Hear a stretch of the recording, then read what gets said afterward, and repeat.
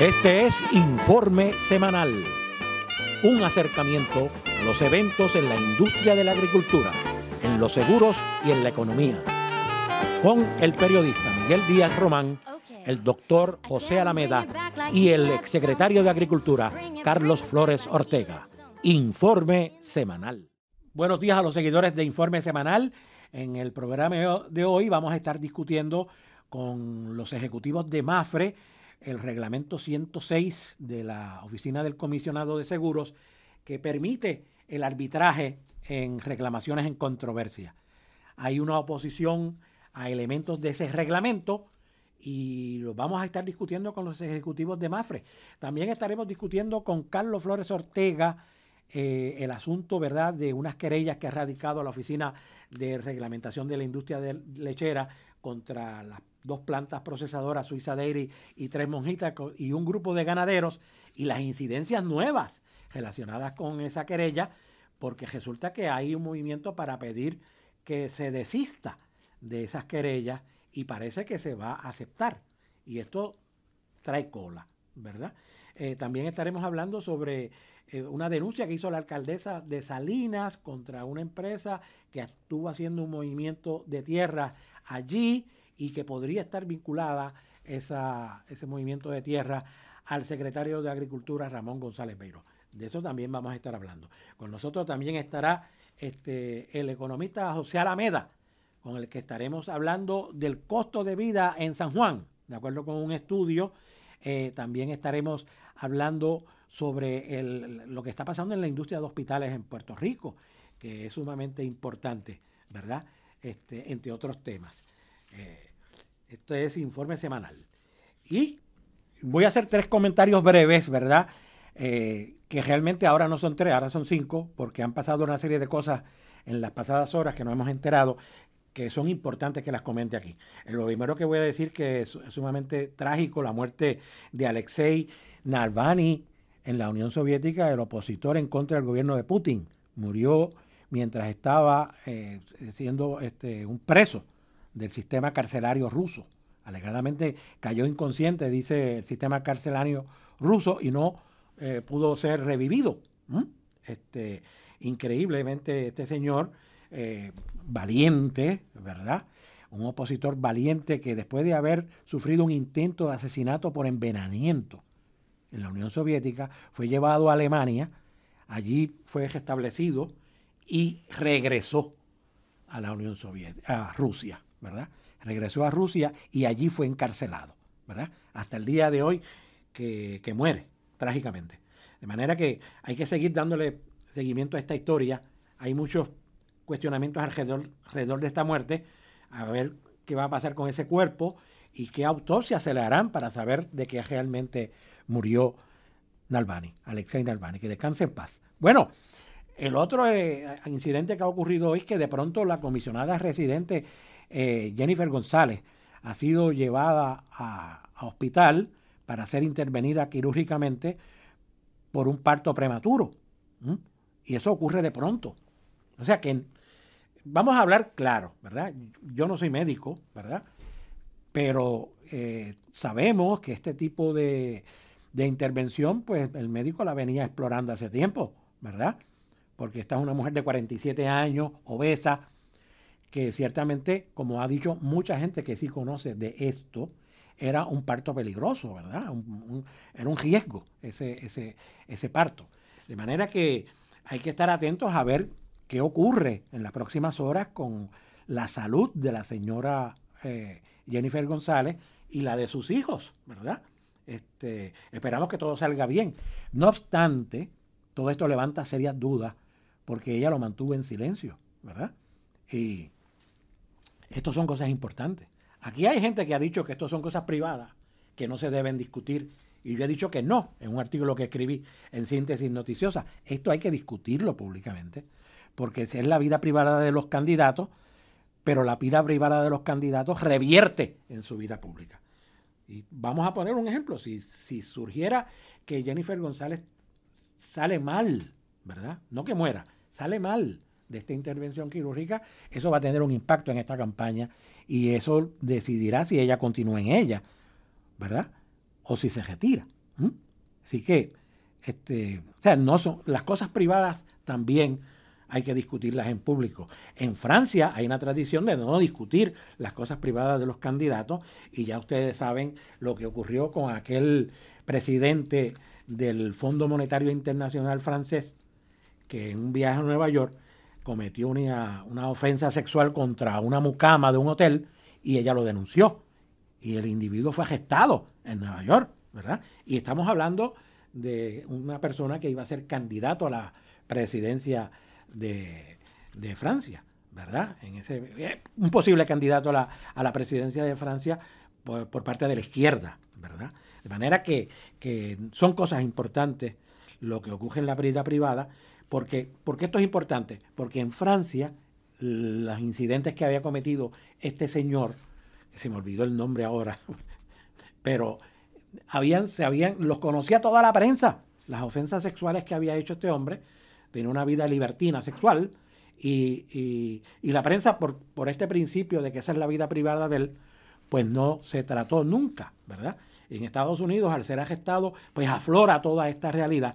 Y en la prensa norteamericana se llegó en un momento a criticar y burlarse de la prensa francesa porque no había sacado a relucir todo este pasado de este hombre. Bueno, los otros 3 comentarios que tenía es que en la guerra de Gaza y Israel, ¿verdad? De Hamas e Israel en la franja de Gaza entra a un momento clave en estos días, ¿verdad? El director de la agencia de la CIA, que es la agencia de inteligencia de los Estados Unidos, William Burns, ha hecho un viaje secreto a Israel y se encuentra allí en este momento, ¿verdad? Y está tratando de lograr que Israel acepte un acuerdo con Hamas para el intercambio de prisioneros y un cese al fuego. Esto ocurre en el contexto de que hay divisiones completas del ejército israelí detrás de Yahya Sinwar, ¿verdad? Ese que estamos viendo ahí. Yahya Sinwar fue, eso que vemos ahí es el video donde él vive, ¿verdad? O vivía. Ese video, ese es él. Miren, esos son los hijos, alegadamente. Ese es él. Ahí está. Eso ocurrió 3 días después del ataque del 7 de octubre, ¿verdad? En Israel por parte de Hamas. Sinwar es el responsable, de acuerdo con Israel, de todo el ataque que sufrió Israel el 7 de octubre. Y en este momento es la presa más deseada por el ejército de Israel en su guerra con Hamas en Gaza. De hecho, hasta el día de hoy, Israel no ha podido eliminar a los principales líderes de ese movimiento y Sinwar, es el principal. De manera que estas negociaciones se están dando en este contexto. Se ha dicho que una de las cosas que se podría negociar es que Sinwar se fuera al exilio. Veremos a ver qué ocurre. Bueno, el otro comentario que quería hacer es sobre el candidato que a senador, ¿verdad? A legislador o legislador que es Eliezer Molina. Hay muchos sectores en Puerto Rico que han dicho que lo van a apoyar, ¿verdad? Lo van a apoyar específicamente por la defensa que ha hecho del ambiente. A mí me parece que ha hecho una buena defensa de las prerrogativas para defender el ambiente, pero creo que es un mal candidato. ¿Por qué es un mal candidato? Bueno, porque tiene unas ideas, ¿verdad?, muy populistas. Y no podemos seguir llevando candidatos a la legislatura con ideas populistas. Estas ideas populistas que terminan haciendo que el Estado siga tributando a las empresas pequeñas, por ejemplo, para seguir llenando las arcas del gobierno, porque creen que el gobierno es el que hay que patrocinar. El gobierno es el ente que hay que patrocinar, el gobierno es el ente que se tendría el encargo de repartir la riqueza, ¿verdad? Y el gobierno, pues, recogería esa riqueza a través de contribuciones. Esas son las visiones de estas personas populistas, ¿verdad?, que ven al gobierno como un ente que defiende a los sectores menos favorecidos. Así es que se ve estos recursos políticos de estos sectores de los cuales ya existen bastantes en la legislatura, porque tanto en el Partido Nuevo Progresista como en el Partido Popular existen personas con esta visión, ¿verdad? Y no podemos seguir llenando la legislatura de estas personas que sigan fortaleciendo el Estado como un ente tributario para sacarle dinero a las empresas, hacerlas ineficientes y hacer a Puerto Rico un lugar donde no se puedan montar empresas, donde no se pueda vivir económicamente bien, ¿verdad? Y en Puerto Rico se tributa el ingreso, se tributa la propiedad y se tributa el consumo, ¿verdad? Eso entre otras cosas, porque hay otras visiones que me parecen a mí de este señor, que no las voy a discutir aquí, pero que me parece que son contrarias específicamente porque él ha sido víctima de violencia, pero el señor Eliezer Molina tiene una retórica violenta, ¿verdad? Y no pueden ir figuras políticas a negociar con ese tipo de retórica violenta. Yo no votaré por él. Yo sé que hay gente frustrada en Puerto Rico, ¿verdad? El sector agrícola, el sector ambientalista, frustrado por las cosas que ocurren y ven en esta figura un redentor, ¿verdad? Pero hay redentores que pueden ser realmente una tragedia. Bueno, me parece también importante comentar que esta semana, ¿verdad? Ha surgido una tragedia, una masacre ocurrida en Tuabaja, en la Casita del Árbol, un negocio que coincide, ¿verdad? De manera coincidental, el dueño o uno de los dueños es Félix Elcano Delgado, el exalcalde de Cataño. Este comentario es porque en la prensa puertorriqueña, específicamente en la radio, se estableció una retórica donde se quería vincular el atentado contra ese negocio en la que murieron 4 personas, en una especie de atentado también contra Elcano, porque coincidió con la lectura de sentencia del exalcalde Ángel Pérez de Guaynabo. Recordemos que Elcano Delgado es el delator de todo lo que está le ocurrió al señor Ángel Pérez, ¿verdad? Es el que logra sacar a relucir todo esto. De manera que hacer ese tipo de vinculación sin prueba de parte de abogados y personas que están en los medios, eso es una irresponsabilidad. Lo escuché en varias ocasiones, ¿verdad? Que querían hacer ese relato fantástico, ¿verdad? Hay un deseo en estos politólogos que están en los medios de crear una ficción, ¿verdad? Alrededor de la realidad. La realidad es que allí murieron 4 personas y la policía está entendiendo desde el primer día que este incidente fue producido por el narcotráfico. Y entonces estos líderes de los medios de comunicación, estos analistas, querían desoír lo que estaba diciendo la policía y decir que habían otras motivaciones alrededor de esta muerte. Me parece muy irresponsable. Y los que dijeron esto saben quiénes son, ¿verdad? Y los que me están escuchando, si escucharon la radio también, saben quiénes son. Tengan cuidado con esas personas, ¿verdad? Que están en los medios y que dicen cosas que no son ciertas. Bueno, vamos ahora a decir que Informe Semanal llega a ustedes por el apoyo de Café Don Pello, el Museo del Café y la procesadora de leche suiza Dairy. Vamos a un mensaje y regresamos en un instante. Cumplen 80 años de sabor y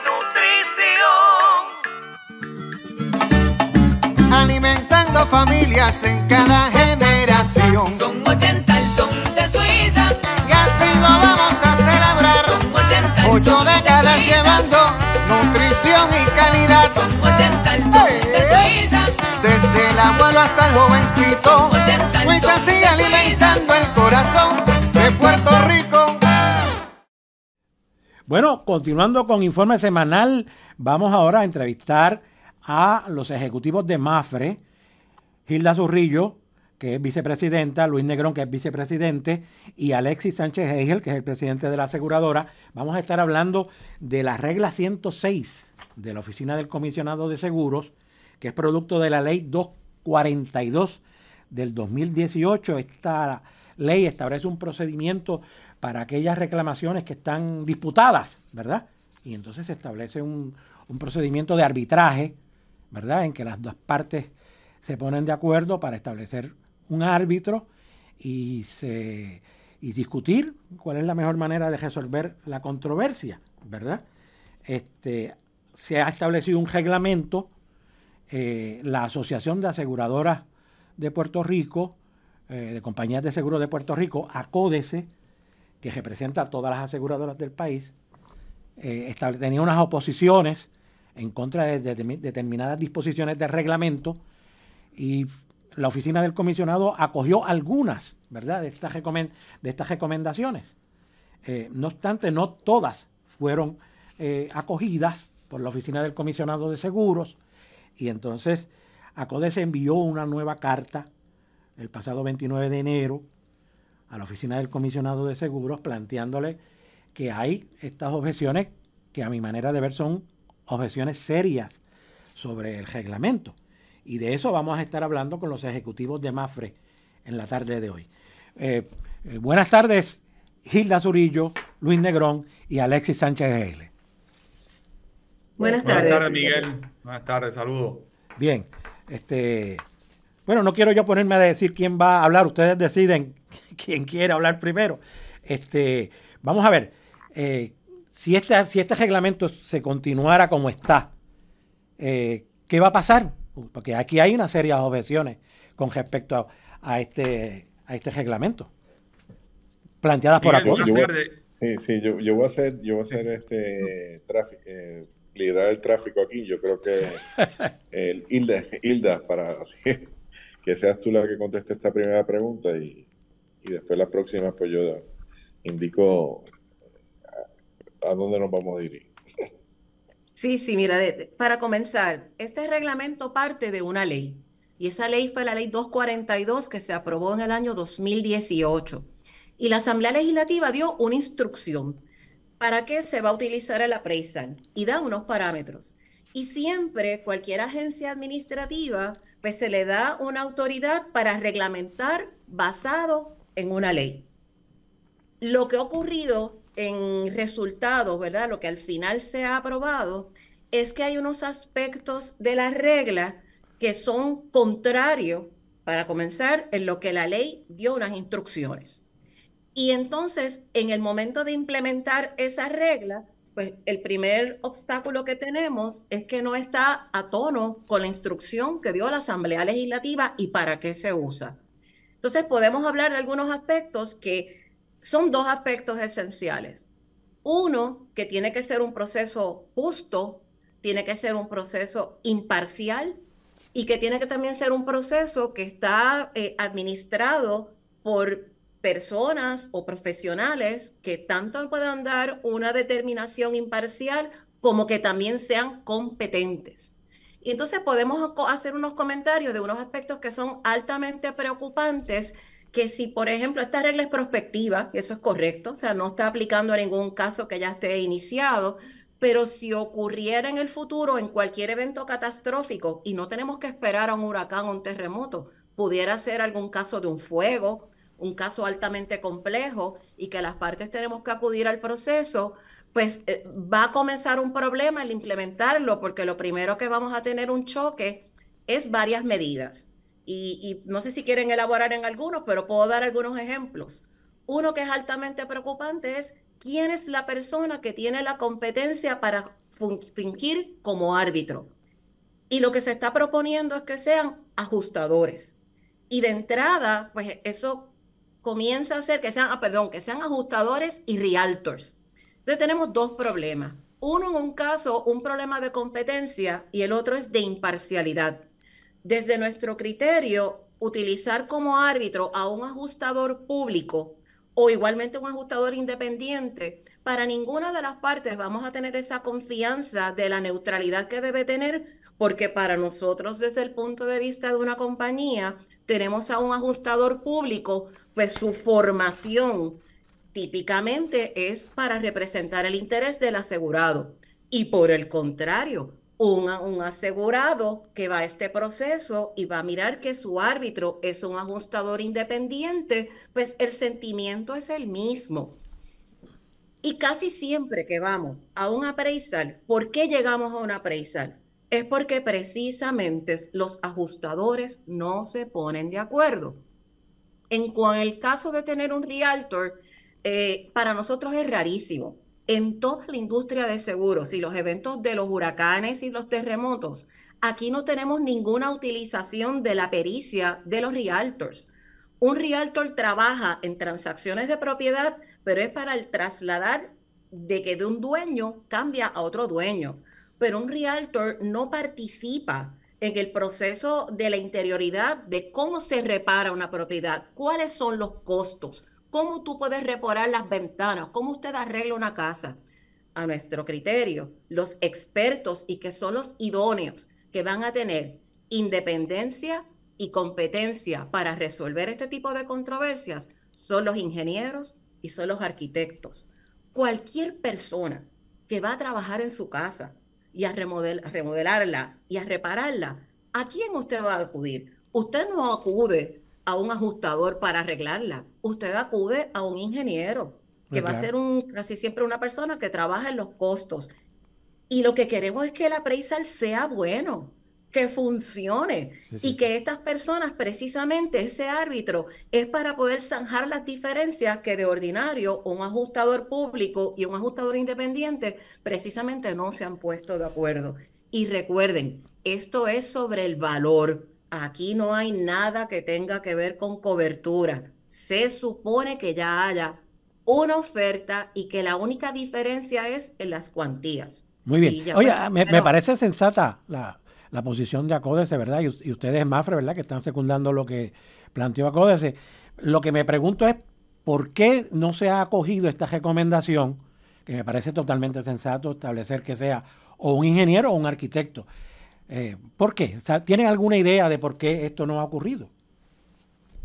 No sé, fuimos un evento de vista pública en que participamos y pudimos presentar, pero desde luego al interior de la oficina, pues no sabemos cuál ha sido el racionamiento, ¿verdad? O por qué esas recomendaciones no fueron aceptadas.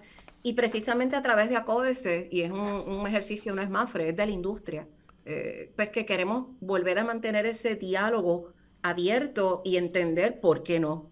Y nos gustaría mucho, y creo que sí, que el comisionado nos gusta, y creo que sí debe tener la receptividad pues, de escucharnos, porque todo el mundo, en sí yo creo que estamos de acuerdo, es que ese mecanismo sea utilizado. Así que yo creo que desde el punto de vista de que ambas partes, el regulador y la industria, lo queremos, pues yo creo que la puerta debe estar abierta para hablarlo. Miguel, desde el punto de vista de reclamaciones, ¿verdad? La experiencia ha sido que cuando se ha logrado llegar a acuerdos ha sido con ingenieros o con personas que conocen de la construcción, que conocen de los valores de los costos de construcción en Puerto Rico, de la metodología de construcción. Y muchos de estos ajustadores que llegaron a Puerto Rico son ajustadores que no conocen ni la metodología de construcción en Puerto Rico, muy distinta en la Florida, en Estados Unidos, que cómo se construye en Puerto Rico.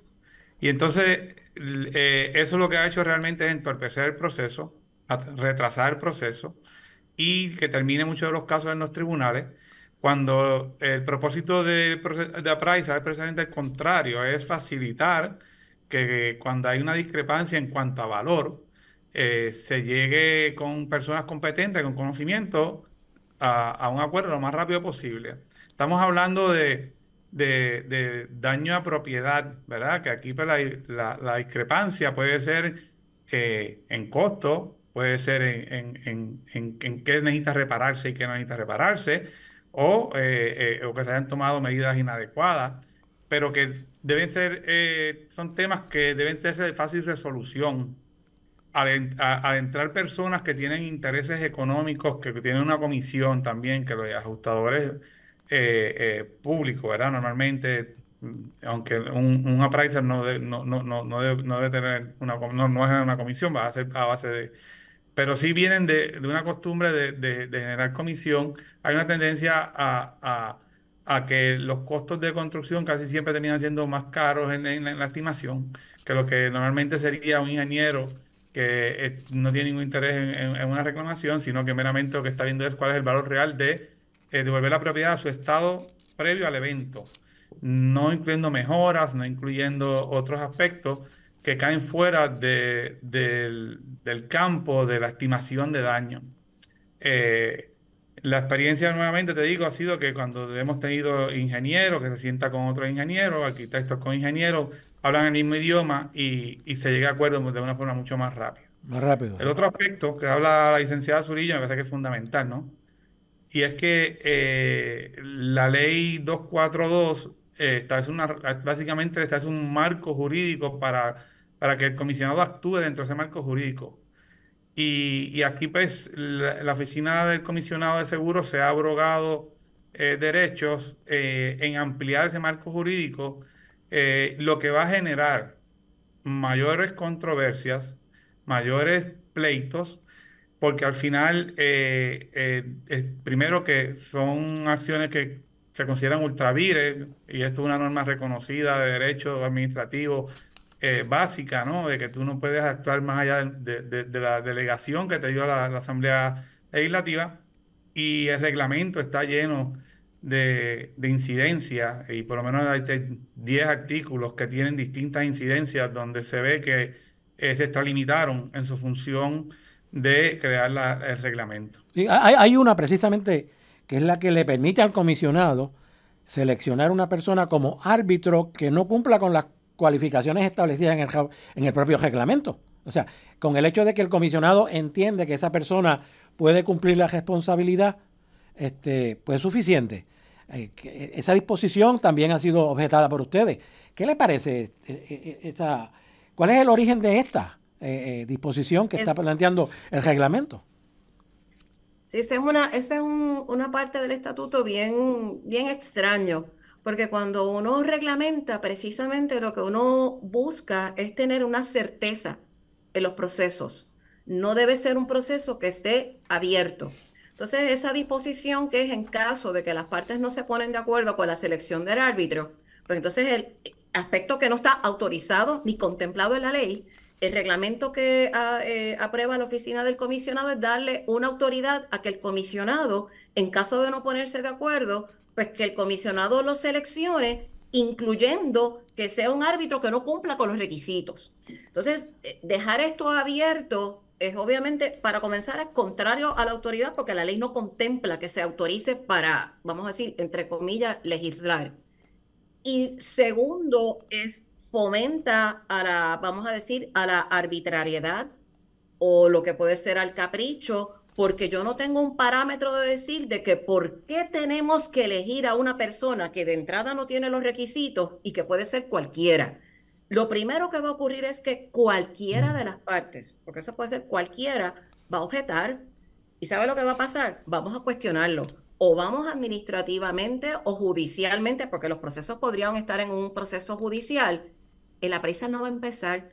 Para comenzar, lo que vamos a fomentar más litigación porque fomenta a procesos que van a ser adversos. Oye, y a ninguna de las partes ganan en extender el proceso para buscar un aspecto que es de umbral nada más, para determinar quién es el árbitro. Así que yo creo que es una medida, para comenzar, no es a tono con lo que la ley autoriza, y segundo, no fomenta que el proceso sea ágil, porque cualquiera de las partes lo va a cuestionar. Y además que no debe ser al arbitrio de saber por qué queremos que se coloque a otra persona que para comenzar no cumple. Eso pues es preocupante. Sí. Bueno, otra disposición que es preocupante, ¿verdad? Es aquella que le permite, que el reglamento permite que se utilicen los programas de computadora que se están utilizando por muchos ajustadores públicos que han venido a Puerto Rico, ¿verdad? Y que han sido fuente de controversia porque los valores que tienen esos programas pues no se ajustan a los valores que se usan en Puerto Rico. De hecho, ese edificio que está detrás, que se ve desde la oficina de la licenciada Zurillo, que era el antiguo Departamento de Educación, que ahora es el Departamento de Corrección, ¿verdad? Ese edificio estuvo no sé si ya terminó esa controversia, pero estuvo en controversia con un ajustador público durante el huracán María, ¿verdad? Y específicamente una de las controversias era que el programa de computadora incluyó en los baños, en todos los baños, los urinares que se utilizan en los hombres, ¿verdad? Los baños de los hombres. En una indagación que se hizo sobre ese ajuste, encontró que todos los baños, en ese ajuste que se hizo de parte de ese ajustador, tenía urinares nuevos, ¿verdad? Y se le accionó un valor extraordinario a esos urinares, más la mano de obra, ¿verdad? Y eso elevó sustancialmente la reclamación. Ajá. Sí, Carlos. Miguel, te quiero explicar sobre eso, que es parte del problema. Ese ajustador público, que sabemos que es el notorio Scott Farr, que su preparación en la construcción era de perito electricista. Eso denota lo que el licenciado Luis Negrón habló y la licenciada Zurillo sobre tener personas competentes como árbitros que puedan dilucidar situaciones de valorización de daño. Claramente, estos programas de computadora permiten a personas que no son ingenieros o arquitectos llegar a unas conclusiones con relación a una cantidad de daños. Esos daños, pues, no son daños que normalmente utilizaría un arquitecto o un ingeniero para llegar a un estimado para hacer una reparación.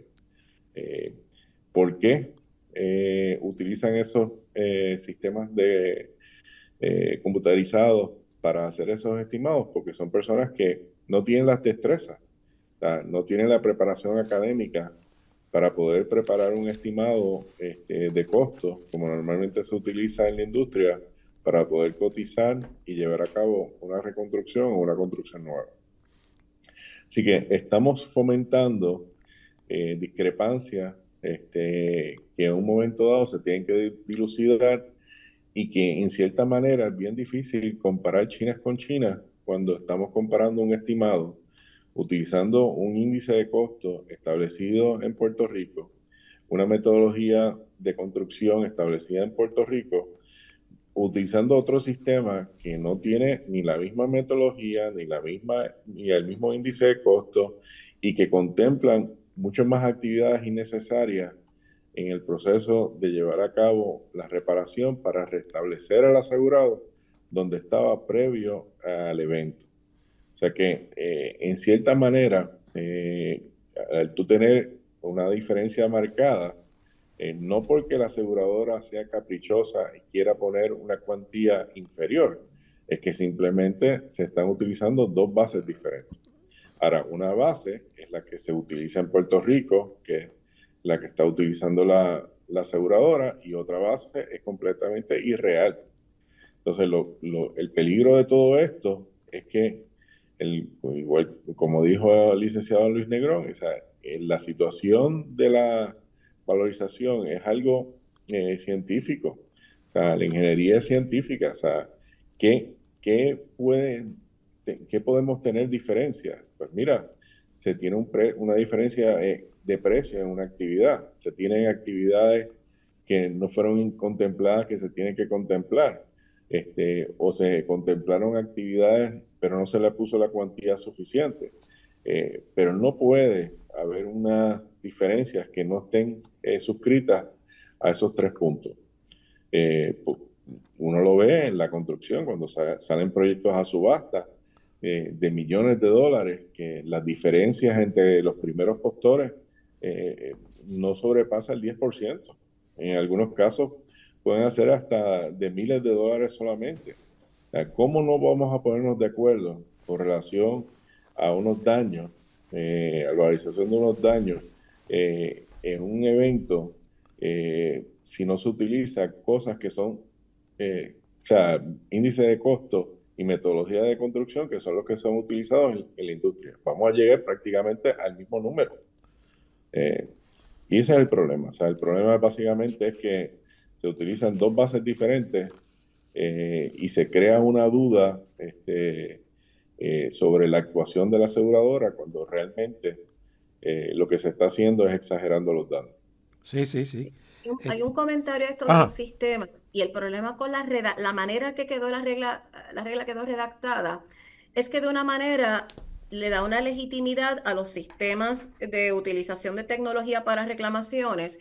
Incluso dice una frase de que son reconocidos en la industria, y para comenzar, las compañías de seguros, que somos parte de la industria, estamos opuestos a ellos. Así que una regla no debe dar vamos a decir, una opinión a los efectos que no está sostenido, porque la industria está opuesto. Segundo, Los llamados sistemas de tecnología para reclamaciones, y un poco la línea que dice el señor Alexis Sánchez, es que no debe haber un método distinto cuando una casa, una propiedad se tiene que reparar, sea porque hay que sustituir puertas, paredes, techos. Cuando yo voy a remodelar mi casa, a mí no se me ocurriría ir a un mecanismo como este. ¿Y sabe por qué? Porque va a ser más caro. Ujú. Entonces, si desde el punto de vista de que un asegurado tiene un evento que le afecta a su propiedad, sea por un huracán o por un fuego, y está requerido arreglar su casa otra vez, es la misma manera que el costo debe ser distinto a cómo cualquier persona común y corriente arreglaría su casa, basado en los costos que cualquier persona lo haría en Puerto Rico. Y si alguien va a hacer una casa, no utilizaría esos parámetros ni de Estados Unidos, ni a multiplicar las actividades como si fuese a hacer mucho en la casa, porque usted si quiere remodelar es solamente su baño, usted quiere remodelar solamente su cocina, no es toda la casa. Entonces, yo creo que desde el punto de vista de que las compañías vamos a indemnizar cuando ocurre una pérdida, debe ser de la misma manera que en el mercado cualquier persona tiene que estar a tono con lo que costaría y para Puerto Rico. Entonces, yo creo que ese artículo no es que se elimine, es que se corrija. Y desde luego al comisionado le hemos dado ya el texto sugerido y estamos muy dispuestos sobre la mesa a trabajar y mejorarlo, porque no es quitarlo, es atemperarlo a lo que se hace en Puerto Rico. Sí. Sí, pero es un peligro, o sea, utilizar un sistema de informático que no guarda relación con la manera que se llevan a cabo los proyectos de construcción en Puerto Rico.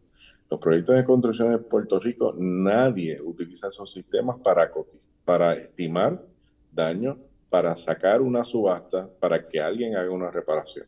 Entonces, si no es un sistema que nadie utilice, ¿ok? En la industria para llevar a cabo una construcción, ¿por qué se pretende que se utilicen y se le dé legitimidad en un proceso de arbitraje? O sea, estamos creando una base que está completamente exagerada para empezar a tratar de buscar una negociación. ¿A quién se va a afectar más? El que pone los precios como se supone que estén versus el que establece un precio bien por encima de la realidad. Entonces, lamentablemente, es tratar de llegar a un acuerdo cuando las bases no son las mismas y ya de por sí estamos entrando en una diferencia marcada de precios. Esos programas esos sistemas de programación son para permitirle a una persona que es neófita en el negocio de construcción estimar daños de una manera rápida y haciendo pasar como si fuera un experto, cuando no lo es. Y ese es el peligro más grande. Que le estemos dando legitimidad a personas que utilizan un sistema de automatización para supuestamente compararlo con una persona que tuvo una preparación académica, que tuvo una experiencia en la industria de la construcción, y ponerlo en el mismo nivel. Sí, sí, sí. Bueno, yo sé La propuesta es de... eliminar básicamente la referencia a los sistemas de tecnología, eliminarlo. Oh, Lo único que se debe decir es que la presentación de las partes deben estar atados a los costos de construcción en Puerto Rico. Es sencillo. ¿y cómo se establecerían esos costos? ¿Habría alguna entidad que lo validara? Pregunto. Yo. Sí, sí, bueno, nosotros utilizamos RS Means, que es una organización que se dedica a establecer índices de costos para la construcción, y los índices de costos que establecen es tanto para comercial, residencial, eléctrico, plomería. O sea, es una entidad de una alta reputación que utilizan los ingenieros y los contratistas para, como decía el señor Sánchez, hacer estimados para proyectos de construcción. Esa es la base de datos que nosotros utilizamos y que es actualizada y que toma en consideración factores, ¿verdad? Como el incremento en costo de la construcción y todos los avances que hay en la construcción. O sea que eso le da primero una uniformidad le da una garantía y una transparencia al proceso de valoración, y por eso que nosotros utilizamos ese índice de costo, porque es el más utilizado o el utilizado en Puerto Rico por los contratistas, los ingenieros, y además pues nos permite a nosotros estar seguros de que estamos siendo justos al momento de hacer un estimado, y que estamos y que no hay variaciones basadas en sistemas de computadora que pueden ser alterados con la data que se le entra por parte de terceras personas, ¿ves? Ok. Esos ¿Alguna otra sistemas, disposición? Ajá, sí. esos índices de costos son calibrados anualmente. O sea que en todo momento esos sistemas, ese índice de costos eh, es el estándar en la industria para poder cotizar un proyecto de construcción. O sea, Sí, es sí. la base que utilizan los que van a reparar el daño para establecer un precio. Porque al fin y al cabo eso es lo que estamos buscando. O sea, ¿cuánto costaría reparar ese daño? Sí, sí, sí. Ah, Bueno, y que los materiales de construcción cambian, ¿verdad? Son volátiles, cambian de valor rápidamente, me he dado cuenta, ¿verdad? Este, ¿alguna otra disposición que ustedes entiendan que merece mención en esta entrevista?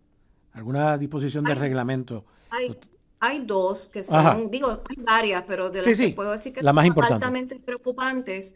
Una, que es que se sigue incluyendo el elemento de causation o matching. Y Ajá, eso es totalmente ajeno a lo que la ley 242 y literalmente prohíbe, que un árbitro no va a entrar a ningún elemento de cobertura. Cuando ya se pasa al appraisal y se interesa que el árbitro tiene que adjudicar la causalidad de un daño, está entrando un tema de cobertura. Porque ese es típicamente, y lo hemos visto en algunos casos, que oye, podemos reconocer que hay un daño en una propiedad, pero ese daño no ocurre del evento del siniestro y que está cubierto. Y típicamente lo que hay en la propiedad, lo sabemos que son temas de mantenimiento. Yo puedo reconocer que hay un problema de un techo, pero yo sé que ese techo o puede ser a causa del huracán o puede ser que ha llovido muchos años y que no se le ha dado el mantenimiento. Esa determinación de si el daño, que yo puedo reconocer el daño y podemos identificar cuál es la cuantía, pero si la causa no es un evento cubierto en la póliza, eso no es una determinación que autoriza la ley para que lo realice un árbitro. Esa es una determinación que tiene que hacerse fuera en un tribunal si es que las partes están en controversia. o sea, Así que el árbitro lo único que tiene que manejar es la valorización del daño. Exactamente. correcto. Es el No debe tema entrar en elementos estrictamente, de la póliza. No debe de entrar en Correcto. elementos de la póliza, ¿cierto? tiene que ya exacto. estar cubierto. Así que ese es un elemento altamente preocupante y nos gustaría, porque no nos gustaría tener un evento de tener que ir a cuestionar el reglamento en el momento que se quiere implementar, entonces tener que cuestionarlo en un momento que queremos el mecanismo de utilizarlo. Así que yo creo que la oportunidad es muy buena en tiempo, evitar que estas cosas se arreglan ahora, porque lo único que vamos a fomentar es un evento fértil para litigar. Entonces, el segundo que sigue siendo bien preocupante y que es Ajá. un requisito claro de la ley, tiene que haber una oferta. Si no hay una oferta que esté la otra parte en desacuerdo del asegurado, no hay nada que arbitrar. Entonces, un elemento que es totalmente ajeno a la ley es que se inserta un requisito que puede ser que haya una oferta que el asegurado está en desacuerdo o si es que el comisionado considere que se han retrasado de hacer una oferta. Para comenzar, quiere decir que no existe tal oferta. Entonces, ¿qué es lo que se implica? Que es que se va a forzar una oferta que no existe. Pues no estamos listos para arbitrar. Ya sabemos que el Código de Seguros le autoriza al comisionado de seguros que es a que se resuelva una reclamación, pero no puede obligar a que se dé una oferta. ¿Y qué tal si no está listo? ¿Y qué tal si es que no hay cobertura? ¿Y qué tal si es que el asegurado no está cooperando? Así que es un lenguaje ajeno al principio de la ley, va a fomentar litigación y que por supuesto es el primer planteamiento que si se intenta implementar estaríamos cuestionando judicialmente. Y lo que queremos es que el appraisal sea cuando las ofertas estén listas. Las ofertas no se pueden forzar si no existen. Ok, ok. O si hay falta de información para poder realizarla. Ok. Bueno, Tenemos un caso que ocurrió, que había una supuesta oferta que nunca existió y ya el tribunal dio la razón en el caso de ese asegurado, que nunca cooperó, nunca presentó su caso, no existió la tal oferta y ese caso fue cerrado. ok. Y de hecho, es básicamente lo que ocurre exactamente lo contrario a lo que está fomentando la regla. Nos obligaron básicamente a un proceso de appraisal cuando no había oferta. Nosotros acudimos al tribunal y el tribunal nos dio la razón. O sea que ya hay, hay un precedente del tribunal que llegó al tribunal apelativo diciendo, pues, no, o sea, esto no procede. Sí, sí. ¿Cómo van a obligarlo a ir a un proceso de appraisal si no hay una oferta y la ley lo requiere? Y eso lo insertaron en el reglamento a sabiendas de que hay un precedente que fue en contra de la propia oficina del comisionado de seguros. Ok. O sea, la Sí, no, causal de que no puede haber una y oferta es que porque el asegurado no está cooperando, ¿verdad?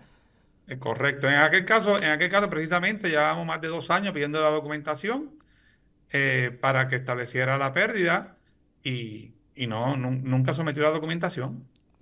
Ok, sí, no, ok, y es otro caso también donde el reglamento excede lo que la ley proponía. ok. O Claramente. sea, Bueno, realmente no tenemos más tiempo. ¿Algún comentario final? Porque ya realmente pues, no tenemos más No, tiempo son para unos seguir. comentarios generales, pero yo creo que al final, y esta es una manera de educar, vamos a decir, al público en general y una manera de expresarnos, que lo que sí yo estoy segura es que hay un objetivo común, tanto de la industria como de nuestro regulador, que es que tengamos un mecanismo que sea utilizado. Yo sé que hay la voluntad de que esto ocurra y que sea un mecanismo para avanzar las reclamaciones. Lo que tenemos son unas diferencias y lo que queremos es seguir con el diálogo para que esta regla no sea cuestionable judicialmente, porque no es lo mejor. Lo que nos gustaría es seguir conversando en la mesa. Creo que se dio un buen ejercicio porque se aclararon bastantes cosas, pero siguen faltando estas.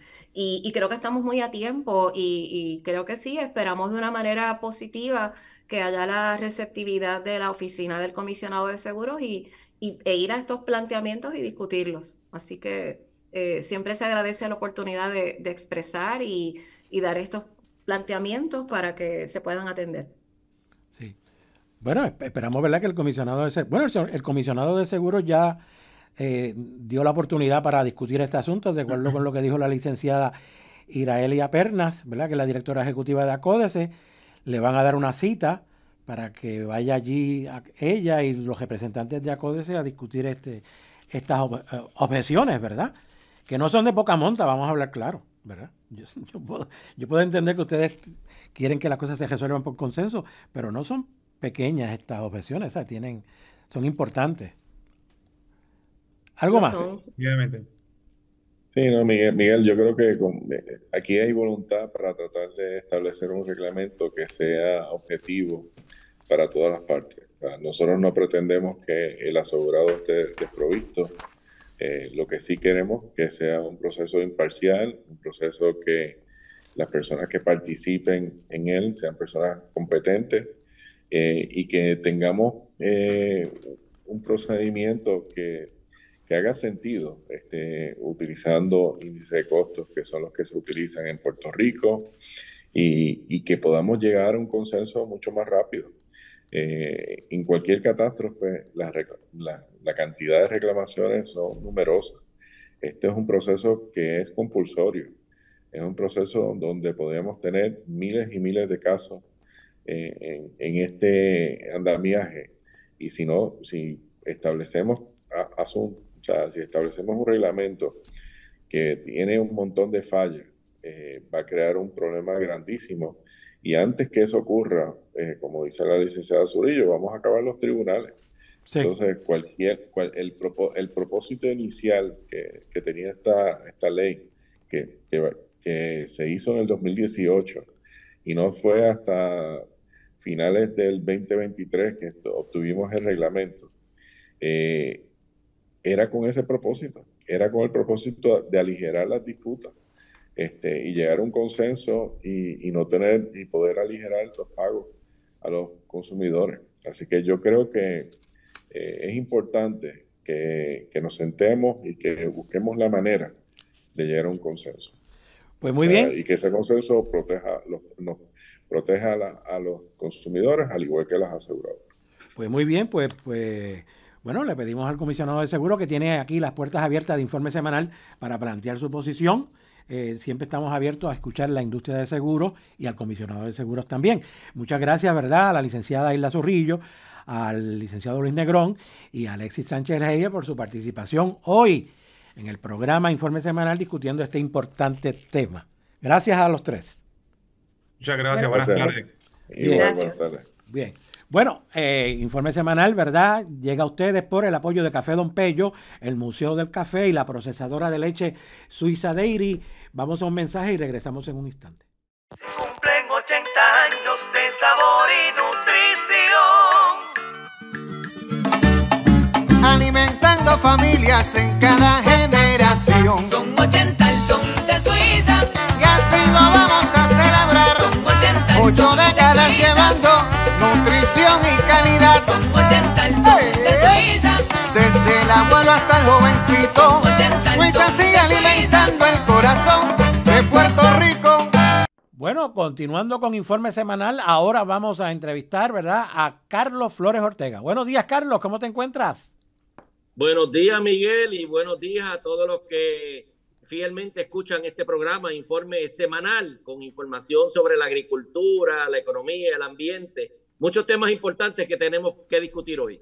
Sí, oye, Carlos, hay dos temas importantes, ¿verdad?, que están en la palestra pública, que es el asunto, ¿verdad?, en Salinas, donde la alcaldesa de Salinas hizo una querella de un proyecto que había un movimiento de terreno, ¿verdad? Entonces, ella hizo la querella aduciendo, ¿verdad?, que el terreno era pertenecía a Agriar LLS, ¿verdad?, que es la empresa donde el secretario es accionista y su hijo es vicepresidente y el ganadero Mike McCloskey es presidente. Ellos tienen alquilado ese terreno a una empresa de la cogeneradora AES, ¿verdad?, donde planifican establecer allí una planta, ¿verdad?, de placas fotovoltaicas. Ese era el planteamiento de la alcaldesa. Lo que sucede es que el movimiento de tierra se estaba dando en ese terreno. Lo que ocurre es que el cuerpo de vigilantes del Departamento de Recursos Naturales hizo la investigación y alegadamente ese terreno no fue el que se estaba haciendo el movimiento de terreno, sino un terreno un poco más arriba, ¿verdad?, cerca de esa finca, y que pertenece alegadamente a la empresa Tropical Dairy Genetics, Tropical Dairy Genetics, y que alegadamente esa empresa pues tenía permisos para hacer ese movimiento de terreno, ¿verdad? No sé hasta qué punto sabemos exactamente la alcaldesa. Yo me he intentado comunicar con ella, pero no ha habido comunicación sobre si ellos hicieron alguna ampliación de esa indagación sobre si en efecto ese permiso les permite hacer movimiento de terreno. ¿Qué te parece eso, Carlos?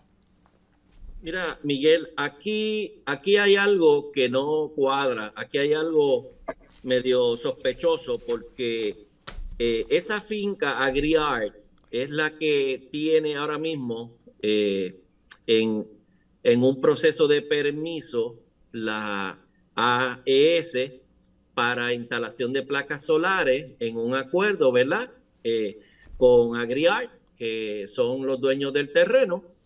Una finca que es agrícola, que está dentro de la reserva agrícola del Corredor del Sur, a la cual se le había otorgado un certificado de agricultor bona fide, el secretario, ¿verdad?, es el dueño de esos terrenos.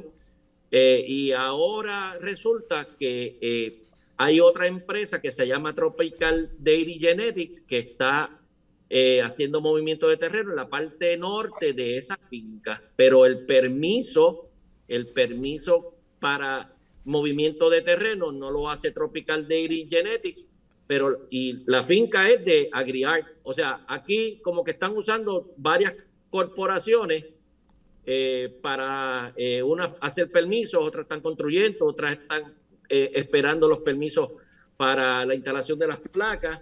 Esto realmente es algo medio raro, y yo creo que personas como tú, ¿verdad? Que son periodistas investigativos, pues van a tener que entrar más en los detalles de qué es lo que está pasando allí. Pero realmente esto no cuadra. También no hemos visto mucho movimiento de la alcaldesa después que se hizo la querella, como que todo el mundo se conformó de que Tropical Dairy Genetics lo que va a hacer allí es un laboratorio de genética, y obviamente un laboratorio de genética animal pues necesita terrenos para tener los animales. El único proyecto que yo conozco que el secretario había mencionado que iba a financiar cerca de $1 millón para eso, obviamente era ese Tropical Dairy Genetics, y lo van a hacer ahí en esos mismos terrenos de AgriArt. Así que esto entra en unas contradicciones, y me parece que eso va a haber que investigarlo con mucho cuidado. Sí. Yo lo estoy investigando y ya pronto vamos a escribir la historia sobre el resultado de esta investigación, ¿verdad? Pero no vamos a añadir más cosas en este momento. Y las personas que están detrás de esto, ¿verdad? ¿Quiénes son los que están financiando y quiénes son los que están dentro de esas corporaciones? Porque no se sabe quiénes son los dueños realmente. Sí. Y como tú bien has dicho, la alcaldesa hizo la primera gestión y luego se cayó, ¿verdad? Se mantuvo en silencio. Una cosa increíble, ¿verdad? Si ya tenía un verdadero interés. Por lo que le explicaron, sí. ¿Verdad, Carlos? Si ella hubiese tenido un verdadero interés en proteger el ambiente y que no se hiciera el movimiento de terreno sin permiso, pues debió haber continuado la indagación, pero se ha mantenido en silencio luego de que Recursos Naturales le dijo que la empresa tenía permiso. Eso fue lo que ha pasado hasta ahora, ¿verdad? Sí, correcto. Pero sabemos que está surgiendo mucha más información sobre eso que está pasando allí. Sí. Oye, Carlos, hemos escrito también otra historia en Síntesis Noticiosa recientemente sobre unas querellas que la Oficina para la Reglamentación de la Industria Lechera le radicó a Suiza Dairy y a Tres Monjitas y a un grupo de ganaderos, a dos grupos de ganaderos que participan tanto en Suiza como en Tres Monjitas, por alegadamente haber permitido que unos elementos aparecieran en la leche, específicamente larvas, pelo y cáscaras de huevo. Estas querellas están en un documento escrito, ¿verdad? Por el licenciado Gil Tolinche, ¿verdad? Que es un contratista de la ORIL. Y Tolinche está pidiendo unas vistas públicas para que esto se dilucide en vistas públicas, y hay una amenaza implícita, abiertamente está escrita esa amenaza de que tanto los ganaderos como las plantas procesadoras podrían perder sus licencias, la licencia de producción de leche de los ganaderos y la licencia de elaboración de leche de las plantas. Bueno, lo que ha surgido es que ahora, la información que yo tengo, que yo he entrevistado a distintas personas, tanto del sector de los ganaderos como del sector de las plantas, es que hubo aparentemente un error. No todos los implicados son los que figuran en esas querellas, y se está tratando de lograr un acuerdo para que se presente una moción para que se elimine la querella y que el juez, el árbitro administrativo, pues lo acepte, ¿verdad? Esto suena mal, ¿verdad? Porque aquí hay un abogado que está haciendo una querella, es un abogado que es Gil Tolinche, que sabe a lo que se expone si está diciendo cosas que no son ciertas, ¿verdad? Y por otro lado, si lo que dice esa querella no fue cierto, pues esto no se investigó adecuadamente. Pero ¿qué te parece, Carlos, todo esto? Porque parece que estamos ante un chanchullo que se está orquestando y que puede surgir en las próximas semanas. Bueno, vamos a poner en la mesa, sobre la mesa, quiénes son los key players aquí en esto, quiénes son los jugadores de esta noticia y de esta irresponsabilidad que han hecho con la industria lechera. Aquí estamos hablando del licenciado Edward Gil Tolinche, que es un abogado que trabaja por contrato para la ORIL, que precisamente es el abogado que ha perdido todos los casos que ha llevado esa agencia por años, pero él sigue cobrando su sueldo, ¿verdad? Y lo que cobra por esas gestiones, pero esa es la persona que ha perdido todos los casos. Vamos a ponerlo, vamos a validar esa parte, que es la que en términos de los reglamentos y todas las situaciones que han tenido los ganaderos, se las han ido ganando. Hasta el pleito que tenía con las plantas lo perdió. O sea, vamos a empezar por ahí.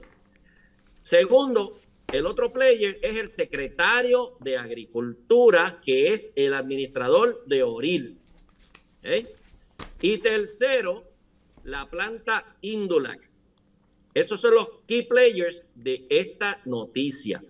Porque allá en Indulac es que supuestamente se detectan en los filtros cuando van a sacar la leche de los tanques, los filtros que ponen en las mangueras que entonces suple a Indulac, encontraron unas materias extrañas y automáticamente, sin hacer ninguna investigación ni nada, le envían a cerca de 15 ganaderos unas cartas de amenaza de hasta suspensión de las licencias, como dice el reglamento, porque alegadamente todos ellos participaron, oye, en las mismas partículas y las mismas cosas, todos de dos plantas distintas, de Suiza y de Tres Monjitas.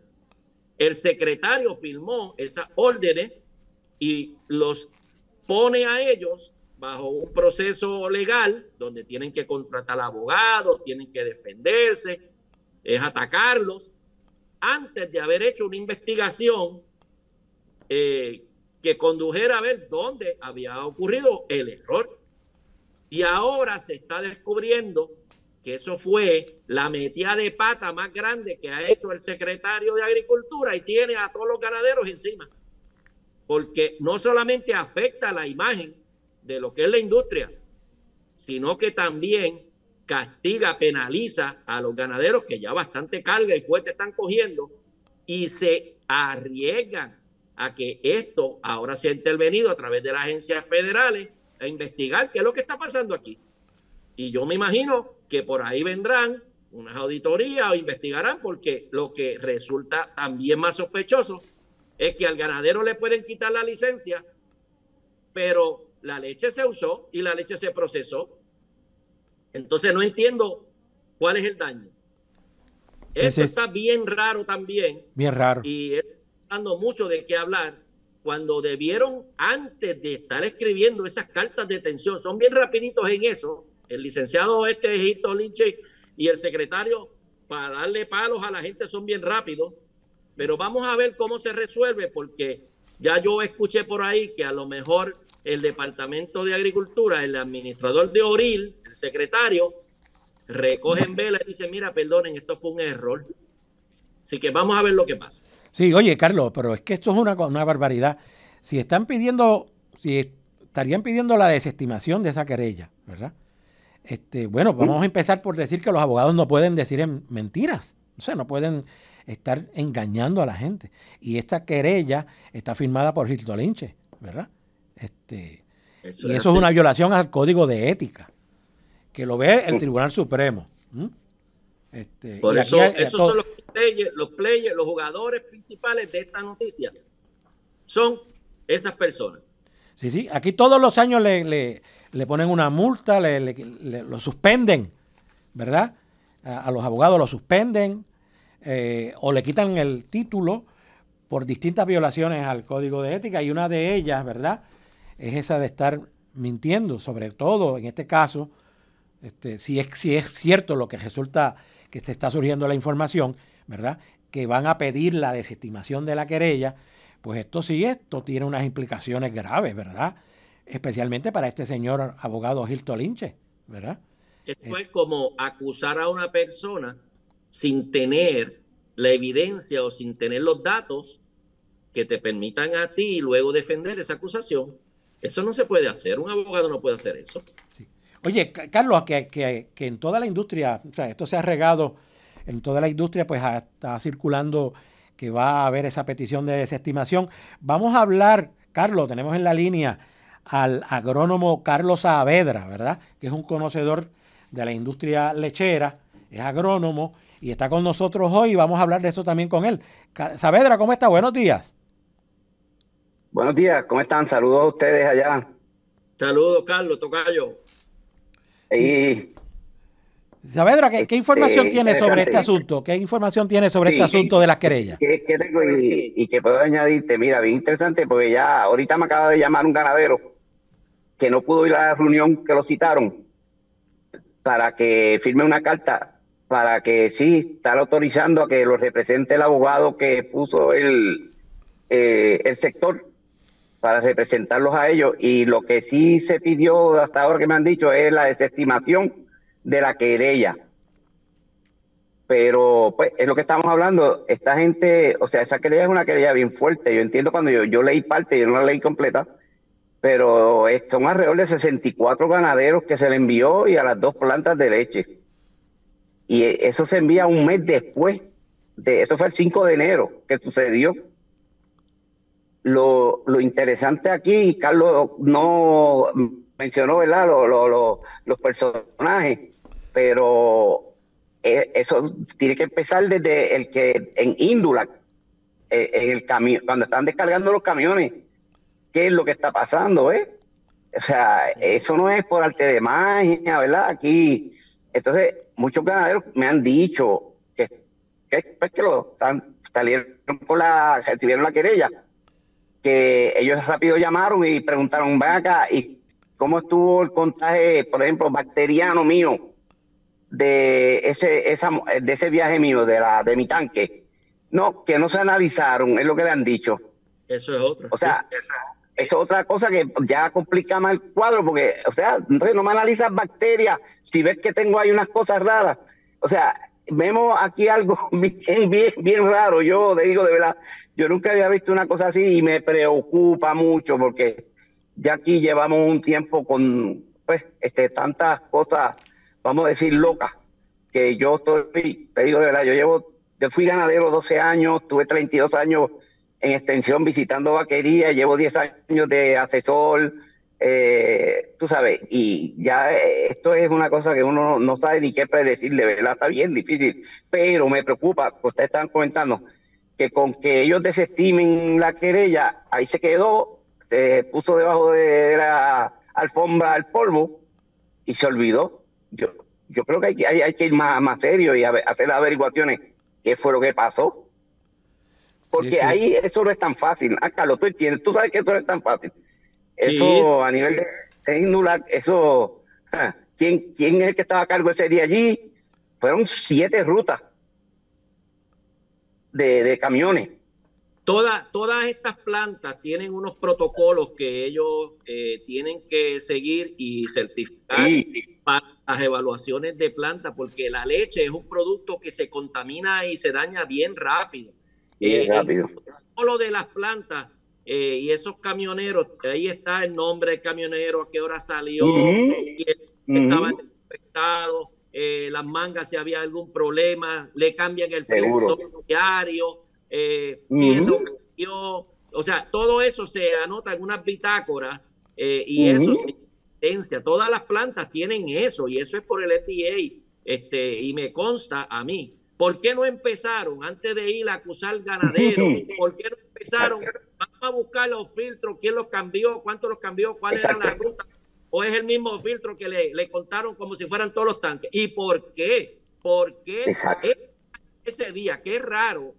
Y es bien peculiar que no hicieron pruebas de calidad de leche. No, pero sin embargo, Índula usó la leche y la sacó como leche guachete. Estaba buena. Estaba buena, sí. Sí.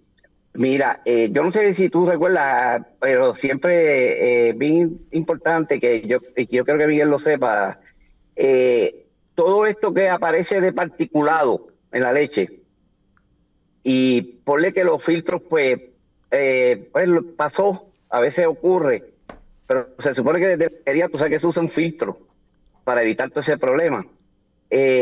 Y por eso es que es bien importante que se sepa, esa leche pasa por un proceso de centrífuga antes del proceso de pasteurización y todo lo demás donde en ese proceso se extrae toda partícula extraña que pueda haber en ese momento en la leche. O sea que de verdad, tú sabes, eso no es ningún problema para la cuestión de que la calidad de la leche.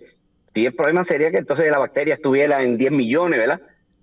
Eso, por eso yo digo, ellos tienen que haber analizado bacterias, sin lugar a dudas, pero a lo mejor a nivel de, pues, ya más bulk, ¿verdad? Digo, ellos dicen que a los ganaderos no le analizaron las bacterias a cada muestra que ellos llevan, el camión de cada ganadero, que ahí eso era clave también.